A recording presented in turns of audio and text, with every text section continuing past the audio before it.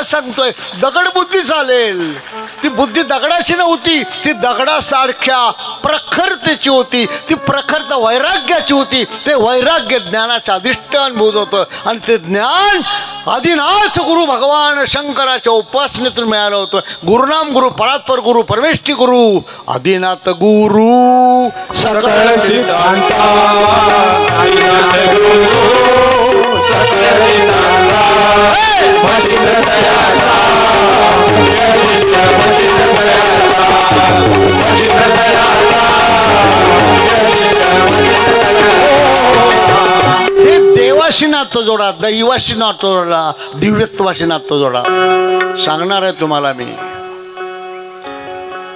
सांगणार आहे पुढे त्रिजटेची कथा.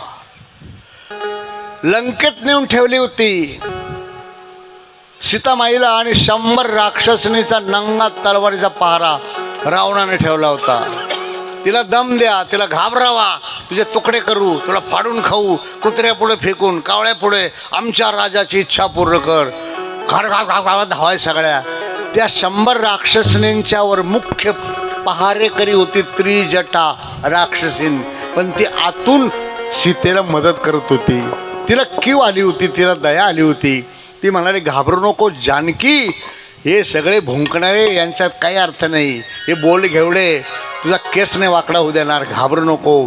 आणि सीतेवर प्रेम करत होती, आतून मदत करत होती, पगार रावणाचा घेत होती, नोकरी रावणाची करत होती, राहत होती रावणाच्या लंकेत आणि मनानं झाली होती सीतेच्या जवळ. जेव्हा रावण मारला गेला त्यानंतर सीतेला घेऊन भगवान राम निघाले विमानात बसून अयोध्येला, तर ही त्रिजटा आडवी झाली, हंबरडा फोडला. सीता तू चालली, मी कुणाच्या आधारावर जगू ग, मला तुझ्याशिवाय करमायचं नाही, मला तुझ्याबरोबर घेऊन चाल. सीता म्हणाली, आमच्या बायाले अवघड, ही होती काय तुला सांभाळायला राक्षसीन, अयोध्येतल्या बाया अशा बांगड्यावर करते म्हणे, त्या वैशूसारख्या. जिवंत नाही ठेवणार म्हणे, मी लागत तर लांब राहील, पण नाही. रामराय म्हणाले, काय म्हणते? ती म्हणते, मला यांच्या परिवारात नाही राहायचं, मला तुमच्या परिवारात राहायचं आहे. राक्षसांचा परिवार सोडायचा आहे, राक्षसांची संगत सोडायची आहे, राक्षसांची सेवा सोडायची आहे आणि देवाशी दिव्यत्वाशी नातं जोडायचं आहे म्हणते. म्हणाले, ठीक आहे, बस विमानात, आपण तिला काशीला सोडून देऊ, काशीला राहील आणि पुढच्या जन्मी तिच्या इच्छेची अभिपूर्ती करू. तीच त्रिजटा काशीला विमानातून उतरवली, तिथं स्नान करायची, तिथंच राहिली. आजही काशीला गेला तर विचारा त्रिजटेची समाधी कुठे आहे, दाखवतील तिथले ब्राह्मण, तिथं तिची समाधी झाली. आजही तिला पाठीभर वांगे लागतात नैवेद्याला. त्रिजटा अशी भयानक होती. ती त्रिजटा मेली, पण वासना ठेवून मेली. आणि संतांनी लिहून ठेवलंय, जन्म घेणे लागे वासनेच्या तत्र तम बुद्धिर संयोगम, गीता सांगते, लभते पौरोदेहिकम. या जन्मीच्या वासना अशा ठेवा, शुभ वासना, सत्य वासना, दैवी कार्याची वासना, दैवी सत्संगाच्या प्राप्तीची वासना. मग पुढच्या जन्मी कृष्ण अवतारात भगवान श्रीकृष्णांनी त्रिजटेला आपली बहीण म्हणून घेतली. श्रीकृष्णाची बहीण सुभद्रा ही राम अवतारातली राक्षसीने त्रिजटा. जर राक्षसीन देवाच्या घरात जन्म घेऊ शकते, मग तुम्हाला नाही मिळणार का? फक्त काय करा, कोणाला माझं म्हणायचं? देव माझा, देव माझा माझा माझा, देव माझा माझा माझा, देव माझा मी देवाचा, देवाचा, देव माझा माझा माझा, देव माझा माझा माझा, देव माझा मी देवाचा.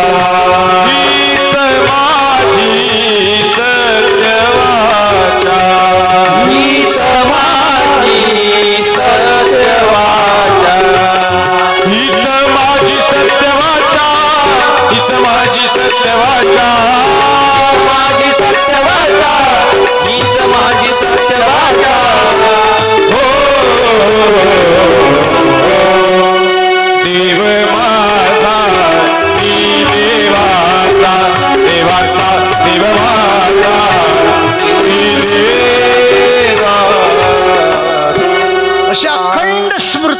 अखंड स्मरण, अखंड भावना ठेवा. एका तासापुरतं नाही, एका आठवड्यापुरतं नाही. बिलगली ती बिलगली त्रिजटा, पुन्हा माघार नाही घेतली तर बहीणच झाली. सुभद्रा श्रीकृष्णाची बहिणी त्रिजटा आहे मागच्या जन्मीची, आणि ती दिली अर्जुनाला. अर्जुनाची बायको आहे ती. तिचा मुलगा परीक्षिती, ज्याच्यासाठी भागवत सांगायला शुकदेव आले. परीक्षितीचा मुलगा जन्मेजय. कुठं राहिला उद्धार करायचा बाकी. सलोकता तिथंच मिळाली ना त्या घरात. आणि म्हणून मायबाप विश्वातल्या सर्वोच्च तत्वाशी, सत्याशी, भगवंताशी संलग्न राहा. मनानं राहा, तन राहू द्या शरीरात. टाइमपास नाही, अखंड स्मृती. नाही तर काय होईल. झाला बाई सप्ताह, झाला बाई यज्ञ, झाला बाई प्रसाद खाऊन. टाका पाटील शेपूट आता नका पाहू बाई मागे वळून, आता नका पाहू बाई मागे वळून. दया दुधाचा माठ मोलाचा नीट चल वेग जपून. दया दुधाचा माठ मोलाचा नीट चल वेग जपून. चिंगू बिंगू राधा गोदा इंद्रचंद्र गोदावती नीट चला मोर बघून. चिंगू बिंगू राधा गोदा इंद्रचंद्र गोदावती नीट चला मोर बघून. आता नका पाहू बाई मागे वळून, आता नका पाहू बाई मागे वळून. रोज तयाची एक एक खोड, रोज तयाची एक खोड. त्यातच तुम्ही, त्यातच तुम्ही बल त्यात वाढ. असं झालं तसं झालं दही दूध वाया गेलं सांगता मला ओरडून. असं झालं तसं झालं दही दूध वाया गेलं सांगता मला ओरडून. आता नका पाहू बाई मागे वळून, आता नका पाहू बाई मागे वळून.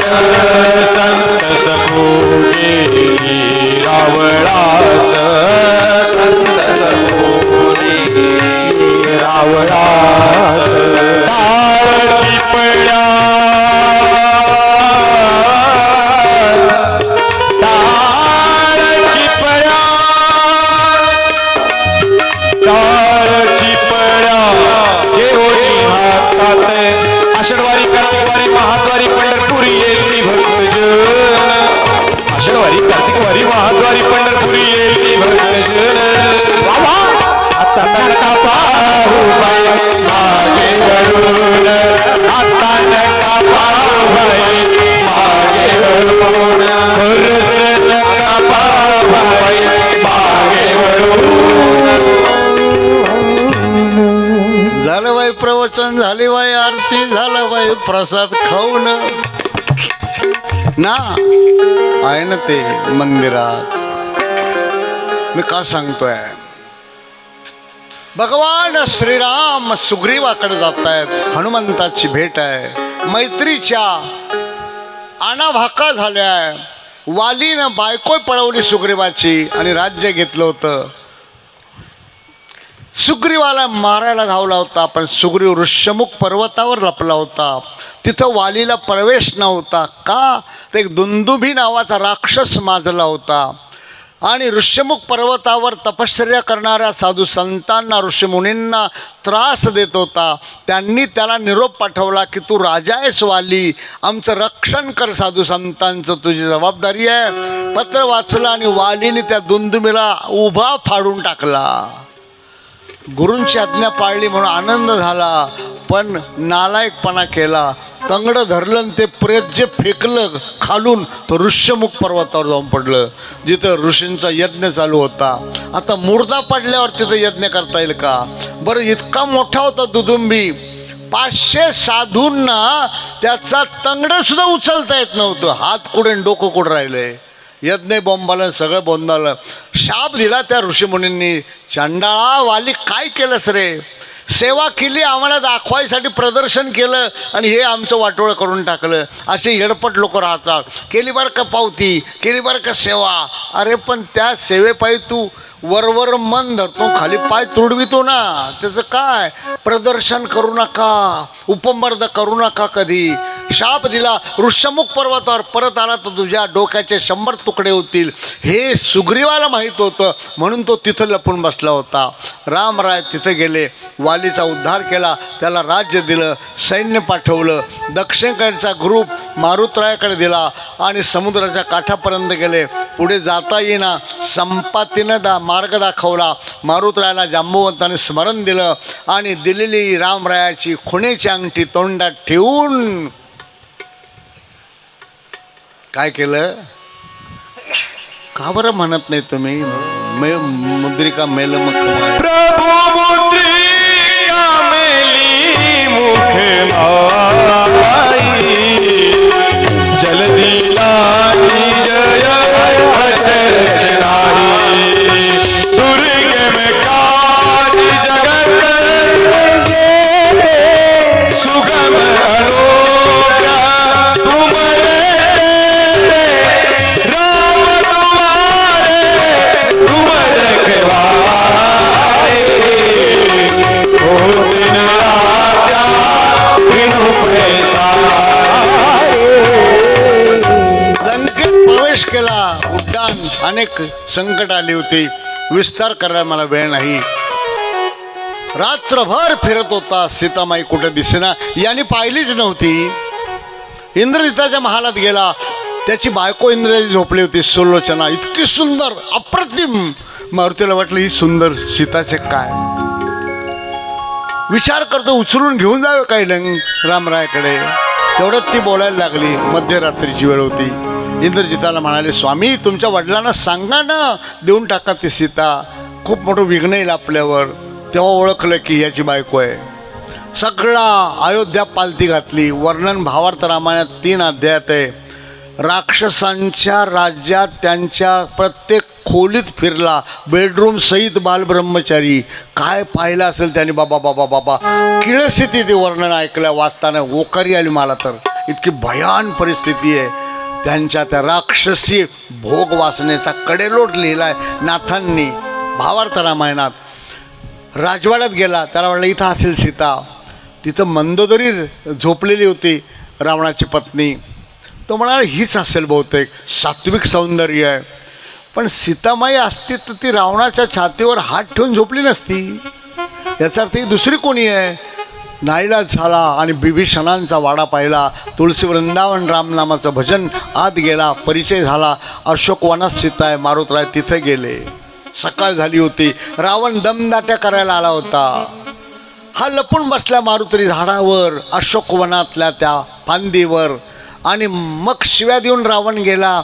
एक गोष्ट अंबादास, रावण दुराचारी होता कदाचित, पण रावण कधीच रात्री भेटायला गेला नाही सीतेला. माझ्याकडे 16 रामायण आहे. एकाही ठिकाणी हा रात्री गेला दम द्यायला असं नाही. मग दिवसा जायचा. दुसरी गोष्ट, रावण एकटा कधीच गेला नाही सीतेला भेटायला. बरोबर कोणीतरी बरोबर घेऊन जायचा. मला विस्तार करायला वेळ नाही. पुष्कळ दम दिला, ऐकायलाच तयार नाही. रावण निघून गेला आणि सीतामाईने अंबरला फोडला. आणि त्याच वेळेस मारुतरायानं वरतून रामरायाची दिव्य चरित्र चिंतन सुरू केलं. कसं? ते हिंदी भजन आहे ना, लवकुशाचं भजन, ते हिंदीतलं काय तसं.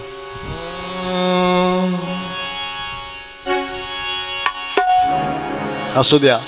ते रामचरित्र ऐकलं आणि सीता दचकली की अशोकवनात लंकेत माझ्या स्वामींचं कोण भजन म्हणतंय.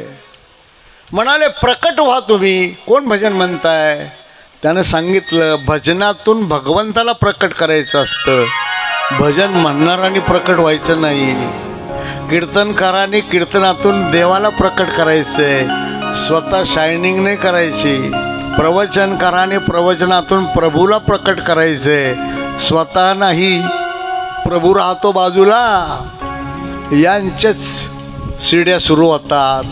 नाही, जानकी मातेला सांगतायत की आम्ही आमच्या भजनातून प्रभूला प्रकट करतोय, आम्ही प्रकट होऊ शकत नाही. कोण आहात? समोर या. काय आहे तुमच्याजवळ?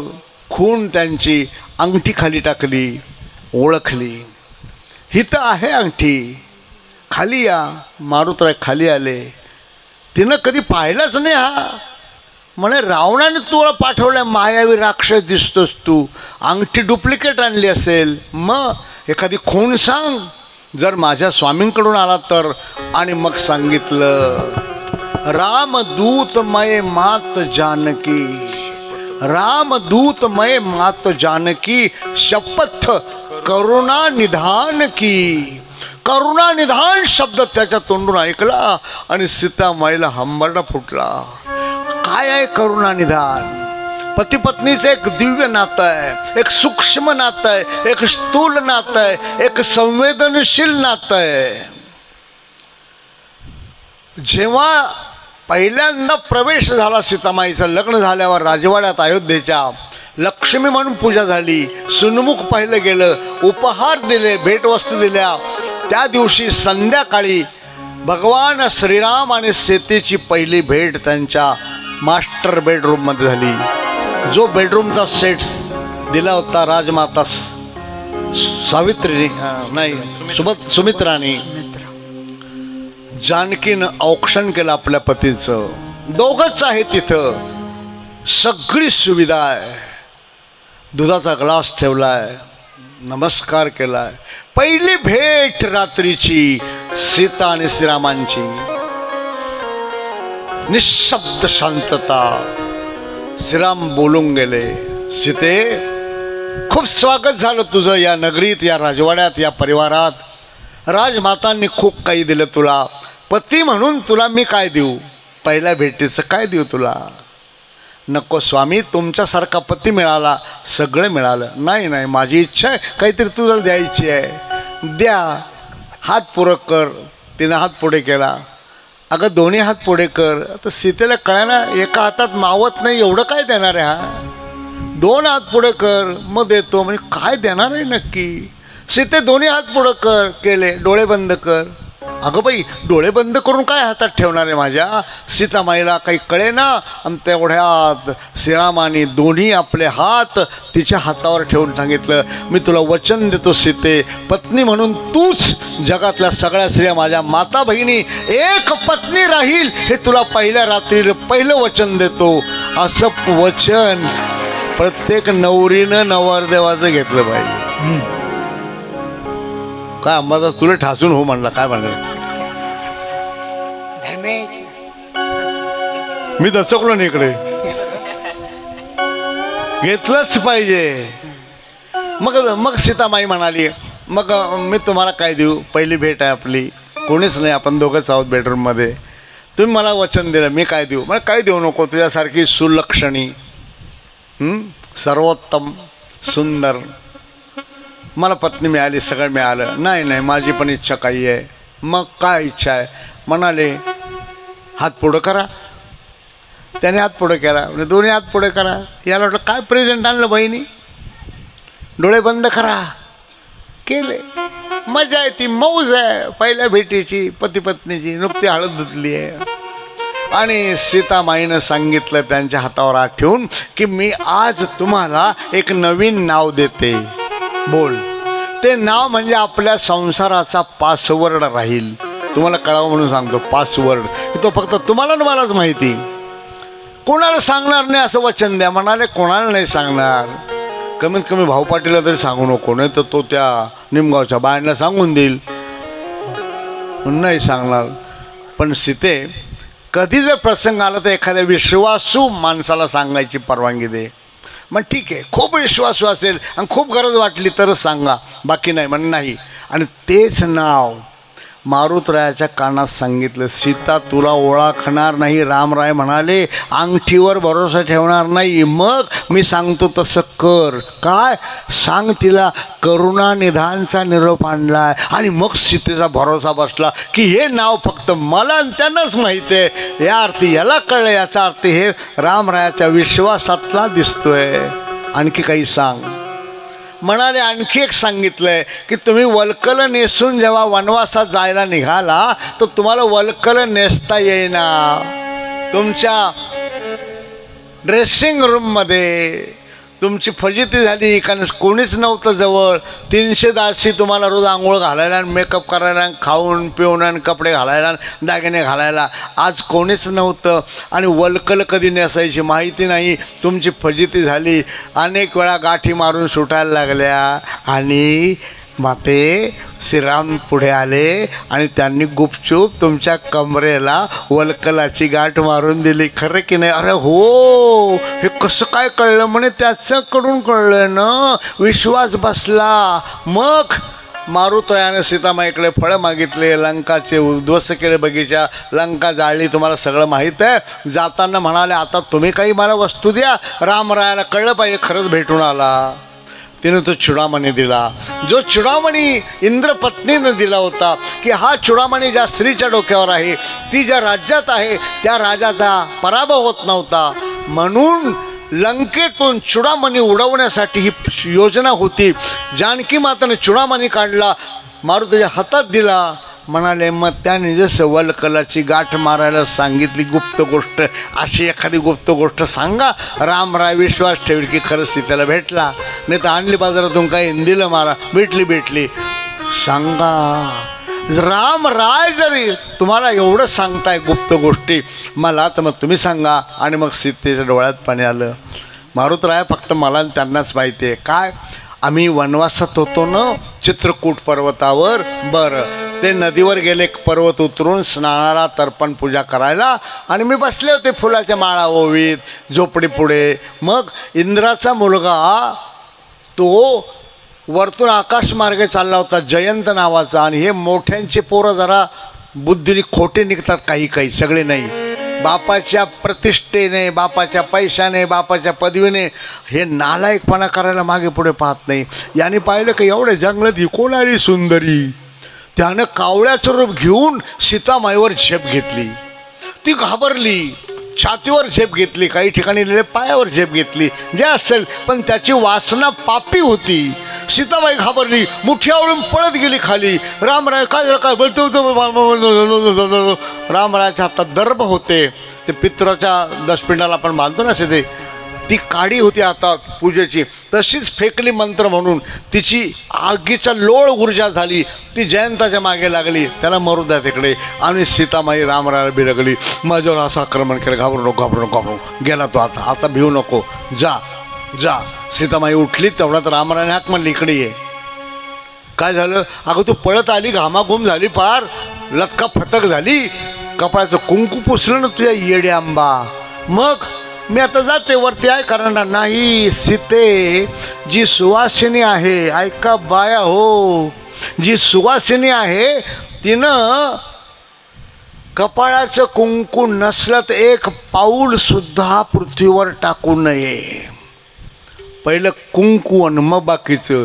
सगळं मेकअप केला आणि कुंकू लावायची विसरली तर नाही चालणार. ब्रह्मात ते सदृश पाप लागतं. मग मी काय करू? कुंकू कुठून आणू? तुम्ही तर नदीजवळ बसलेत, कुंकवाचा कारण तिकडं आहे. मग काय करू? नको सीते, ब्रह्मात ते सदृश पाप लागतील. एका पावलात एक लागेल बिगर कुंकवाची, पांढऱ्या कपाळाची. जर तू चढून गेली डोंगर, महापाप होईल तुला. मग काय करू स्वामी? मी आता कुठून आणू माझ्या कपाळाला लावायला? थांब. रामरायाने आपला उजवा हातात अंगठा घस त्या खडकावर घासला, रक्तबंबाळ करा. आणि तिला काय लावला? टिळा लावला. इथोर आता जा. आणि ही गोष्ट फक्त मला आणि त्यांना माहीत होती. मारुतराया त्यांना सांग, अंगठ्याचं रक्त काढून तुम्ही ट्राय लावला, हा निरोप खरा आहे. याचा अर्थ हा सीताबाईला भेटून आला आहे. लांबून पाहिला मारुतरायाचा उत्साह.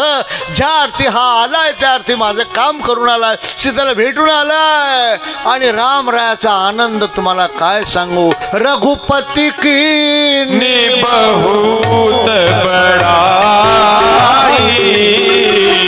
तुम मम प्रिय भरत भाई।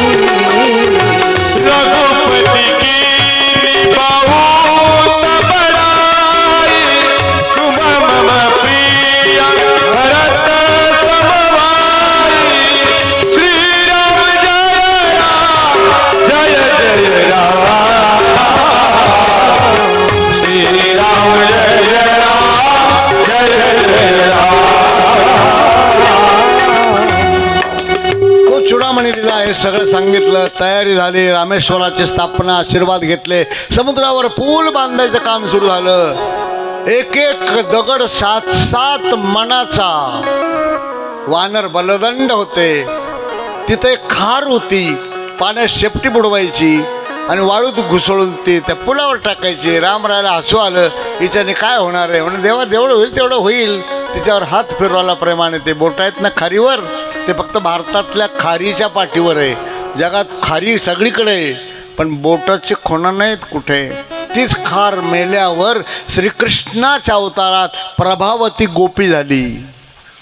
हे कीर्तनकार सांगतात ना, गोपीची वेणी आणि तिच्या नवऱ्याची दाढी, कृष्ण कन्हैयाने गाठ मारली. ती घटना ज्या गोपीच्या जीवनात झाली, ज्या गोपीनं लोणी चोरताना रेड हँड पकडून कृष्णाला यशोदा मैयाकडे नेले, ती ही प्रभावती आचपळ गोपी ती ही होती. त्याच गोपीला पुढचा जन्मही मिळाला. तो म्हणजे कलियुगातही महिलांना भक्ती शिकवण्यासाठी अवतार घेतला. त्या अवताराचं नाव आहे संत मीराबाई. संत मीराबाईची समाधी होण्यापूर्वी काही सेकंद शिल्लक राहिले होते आणि अनेक संत जमले की मीराबाई, तुमच्यासारखी अद्भुत भक्ती आम्ही कधी पाहिली नाही. किती जन्म केली तुम्ही, सांगा म्हणाले. असं सांगायचं नसतं, आम्हाला सांगा ना, आम्ही साधू संत आहोत ना. आणि मग हळूच भगवान श्रीकृष्णाच्या द्वारकेच्या मंदिरातल्या गाभाऱ्यातल्या मूर्तीत स्वतःच्या शरीराची ज्योत करून मीराबाई विलीन झाली होती. त्याच्या आधी काही सेकंद सांगितलं संतांना की राम अवतारातली खार मी होते, तीच कृष्ण अवतारात प्रभावती गोपी मी झाले आणि कलियुगात मलाच देवानं पाठवलं होतं. आता पुन्हा एकदा देवाशी मी एकरूप होते. अजी संसार सुफळ झाला गे माय. हे तेव्हा घडतं. एक खार शेपटीत वाळू टाकत होती. देवाचं कार्य केलं पाहिजे, देवासाठी वेळ दिला पाहिजे, देवाचं सत्कार्य आहे, सत्कार्य समर्पण केलं तर ती गोपी झाली कृष्ण अवतारात लाडकी गोपी. आणि राम अवतारापासून तर मीराबाईपर्यंत जग जिचं नाव घेत आहे. आणि म्हणून मीरा के प्रभु गिरिधर नागर, सूरदास के श्याम, नरसिंह भगत के ये सावलिया, तुलसीदास के राम. या पंक्तीत बसली ती खार. बाया हो, देवाशी, देवकार्याशी, गुरुदेवांशी, सत्कार्याशी अशी कुठंतरी जोडजाड करा. जय जय जनार्दन देवा, घडो तुमची सेवा. जय जय जनार्दन देवा, निरंतर घडो तुमची सेवा. जनार्दन देवा, निरंतर घडो तुमची सेवा. जय जय जनार्दन देवा, निरंतर घडो तुमची सेवा. निरंतर घडो तुमची सेवा. निरंतर घडो तुमची सेवा. जय जय जनार्दन देवा, निरंतर घडो तुमची सेवा. प्रपंचातून कसं काढू आम्ही? नका जाऊ रोज. महिन्यातून फक्त 3 तास. पौर्णिमेच्या आधीचा प्रदोष येतो ना, संध्याकाळी 6 वाजता निघा. 7ला तिथं जा. 7ला पालखी, 7:30ला पूजा आरती आणि 8:30ला प्रवचन संपलं की प्रसाद. 1 रुपया कोणी तुमच्याकडे मागणार नाही, गरज पण नाही. समाधीचा दिव्य स्पर्श होईल, दर्शन होईल साधू संतांचं समाधीचं. कारण प्रत्यक्ष मूर्ती नव्हे, सद्गुरू मूर्तिमान रूपाने तिथं आहेत. आणि म्हणून तिथंच नाही, जिथं श्रद्धा कराल तिथं आहे, पण तो दिव्य स्पर्श झाला पाहिजे तुमच्या शरीराचा, समाधी शिळेचा. म्हणून महिन्यातून 3 तास द्या, समाधीवर डोकं टेका, साधू संतांचं दर्शन घ्या, भजनात आरतीत सहभागी व्हा, प्रवचन घ्या आणि नंतर पोटभर प्रसाद घ्या. प्रसादे प्रसन्नता, प्रसादे सर्व दुःखांना. तुमच्याकडे कोणी काही मागणार नाही. पुढच्या 11 वर्षाच्या पंक्ती बुक झालेल्या आहेत. तुम्ही कुठं राहिलात? झोपेत आहात तुम्ही. एवढ्या जवळ राहून तुम्हाला काहीच माहित नाही रे बाबा. आता लक्ष द्या. माहेरी जाणार नाही दिवाळीला, पण मला प्रदोषला घेऊन जात जा असं हट्ट धरा, तेव्हा हे ठिकाणी येतील. मी का सांगतो? याचं तुमचं भलं आहे, तुमच्या परिवाराचं भलं आहे, समाजाचं भलं आहे आणि गावाचंही भलं आहे. का? ही जोडलं पाहिजे. संत मीराबाई झाली, ती पूल बांधला गेला, सैन्य पार झालं, अंगदाची शिष्टाई आहे, लढाई सुरू झाली आहे, लक्ष्मणाला मूर्छा लागली आहे, मारुतीने औषधी आणली आहे, लक्ष्मण जिवंत झाला आहे, लढाई झाली, इंद्रजित मारला गेला, सगळे राक्षस मारले, राहायला कुंभकर्ण त्याचाही सपाटा झाला. आता लढाईला जायला कोणी शिल्लकच राहिलं नाही. आणि उद्या फक्त रावणच जिवंत आहे, तो उद्या लढाईला जावं लागेल. म्हणून रात्री जेवण झाली आणि पलंगावर झोपला. रात्रीचे 9 वाजले होते आणि रावणाची धर्मपत्नी पतिव्रता मंदोदरी रावणाचे काय करत होती? पाय दाबत होती. नवऱ्याचे पाय दुखले तर बायकोने रात्री पाय दाबून द्यावे. नवऱ्याची पाठ दुखली तर बायकोने रात्री झोपताना नवऱ्याची पाठ दाबून द्यावी. नवऱ्याचे हात दुखले तर बायकोने झोपताना नवऱ्याचे हात दाबून द्यावे. नवऱ्याला असलंच डोकं आणि दुखलं तर बायकोनं नवऱ्याचं डोकं दाबून द्यावं. नवऱ्याचा गळा दुखला,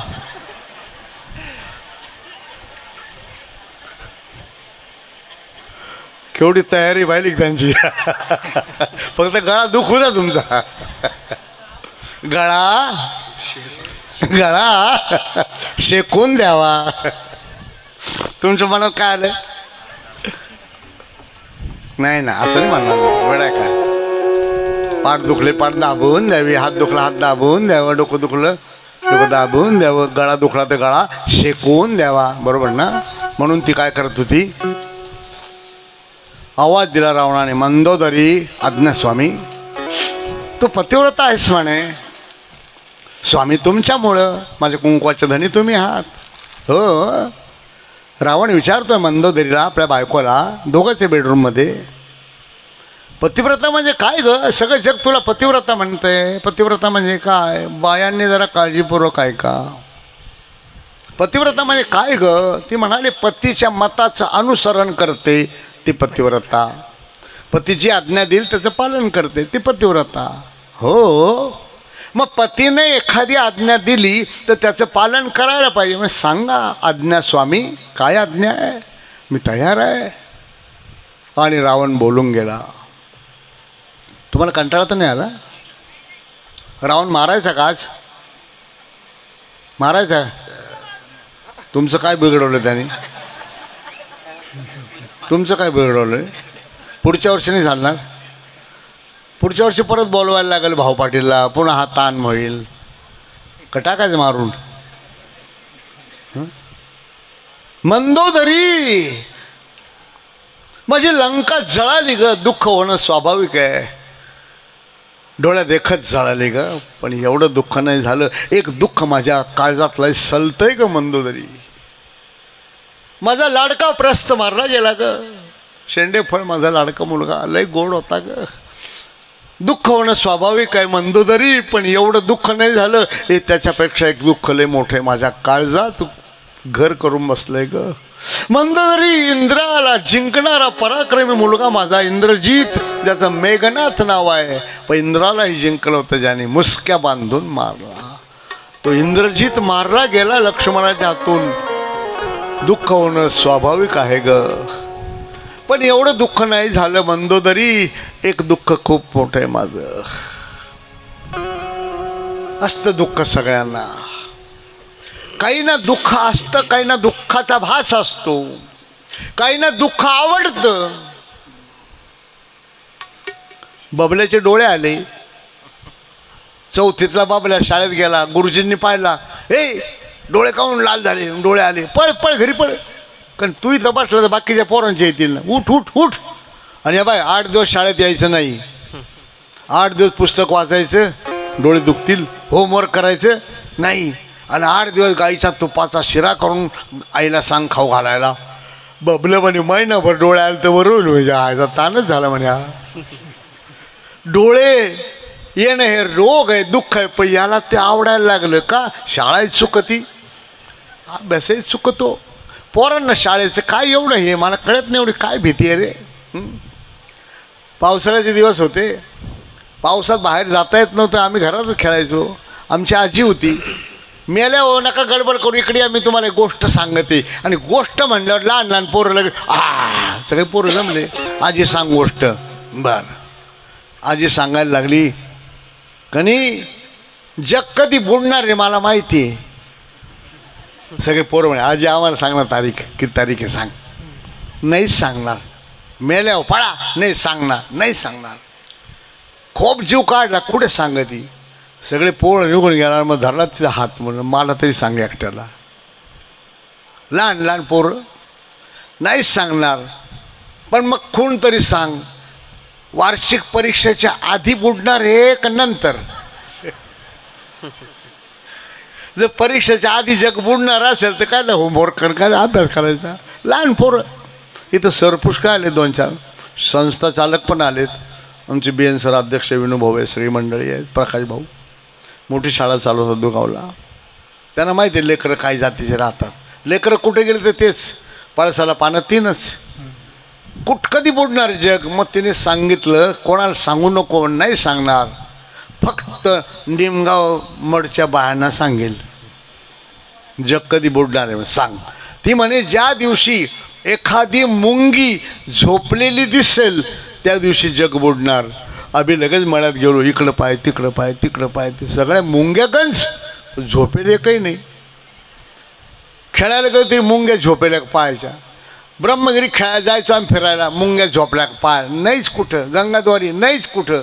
मामाच्या घरी गेलो आम्ही, तिथं वारुळ पाहायचं, मुंगी झोपेल्या का? एकही मुंगी आजपर्यंत झोपलेली दिसली नाही. सतत उद्योग करावा हे जर त्या किडा मुंग्यांना कळता, हे काऊन तंगड्यात आणून गोदाड्याला गरम करता रात्रंदिवस. का तुम्हाला वाटत नाही आता उठावं याच्यातून? जीवन साध्य काय आहे केलं पाहिजे, धावलंच पाहिजे. तरी झडझडवून वहिला निघ, ये भक्तीचे वाटे लाग. जे पावसे अव्यंग निजधाम माझे. जीवनाची दृष्टिकोन बदला, साध्य बदला, साधना क्रम बदला, अभिरुची बदला. कुठे सुख शोधायची गरज नाही, सहज मिळेल ते. सुखा लागी करीसी तळमळ, तरी तू पंढरीका संत भार पंढरीत. काय करतात? कीर्तनाचा गजर होतं. आणि तिथं काय होतं? तेथे असे देव उभा, तये ठाई पांडवा मी हरपला गिवसावा. ज्ञानेश्वरी जेथे नामघोष बरवा करीती माझा. असं कुठंतरी देवाचं, देवकार्याचं, देवतत्वाचं, देवचरित्राचं, देवबोधामृताचं, देवनामामृताचं संलग्नता वाढवा. जग देवाच्या मागे फिरतंय, पण देव ज्यांच्या मागे फिरत असेल ते किती महान असतील. राधे दे माझी ग, राधे दे माझी ग, राधे दे माझी ग घोंगडी. राधे दे माझी ग, राधे दे माझी ग, राधे दे माझी ग घोंगडी. गाई सोडलेत ना, न्यारी घेतलेत ना, आणि राधाने घोंगडी लपवली. छोटी छोटी राधा, छोटा छोटा कन्हैया, छोटे छोटे गाईचे वासर, धमाल काय आनंद, 33 कोटी देव पाहत होते. लपवलेली घोंगडी मागत होता कान्हा. राधे दे माझी ग, राधे दे माझी ग, राधे दे माझी ग घोंगडी. राधे दे माझी ग, राधे दे माझी ग, राधे दे माझी ग घोंगडी. कुठं चालले तुम्ही? माझ्या घोंगडीची घडी, माझ्या माझ्या घोंगडीची घडी, माझ्या घोंगडीची घडी. गाई गेल्या ग पहिलं थडे, गाई गेल्या ग पहिलं राधे राधे माझी ग, राधे दे माझी ग, राधे दे माझी ग घोंगडी. हो राधे दे माझी ग, राधे दे माझी ग, राधे दे माझी ग घोंगडी. माझ्या घोंगडीची वेणी, माझ्या घोंगडीची वेणी. गाई गेल्या ग कुंजवणी, आई गेल्या कुंजवणी. राधे दे माझी ग, राधे दे माझी ग, राधे राधे दे माझी ग, राधे दे माझी ग, राधे दे माझी ग घोंगडी. माझ्या घोंगडीची खळ, माझ्या घोंगडीची खळ. गाई गेल्या ग रानो माळ, गाई गेल्या रानो माळ. राधे दे माझी ग, राधे दे माझी ग, राधे दे माझी ग.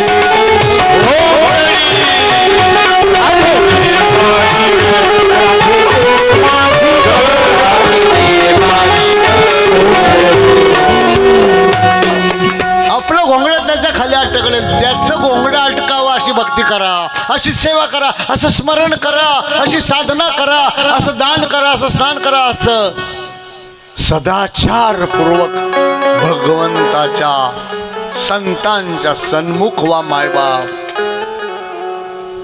मंदोदरी आज्ञास्वामी, या दादा बसा. उशीर केला, चुकला का रस्ता? बसा. इथं आल्यावर कसं चुकणार? हात तर खरीच रस्ता दाखवणारी जागा आहे ना, है ना. तय ठाई पांडवा, तो रस्ता हा भक्ती मार्गाचा रस्ता. असो, तात्पर्य काय? मंदोदरी, पहाडासारखा पाठिंबा असलेला माझा कुंभकर्ण मारला गेला ग.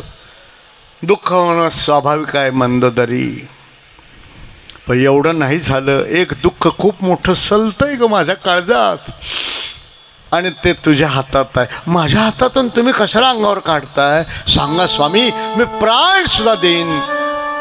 पती परमेश्वर आहे माझा, काय दुःख आहे? रावण बोलायला लागला. इतके परिश्रम केले, संकट सोसले, सीता पळून आणली, पण मला एकदाही माझी इच्छा पूर्ण झाली नाही. आता उद्या लढाई आहे, शेवटची लढाई राम रावणाची. कोणीतरी एक जण मरणार आहे, मला माहीत आहे. मंदोदरी, मरायच्या आधी एकदा, फक्त एकदा इच्छा पूर्ण व्हावी, हा सल माझ्या काळजात आहे ग.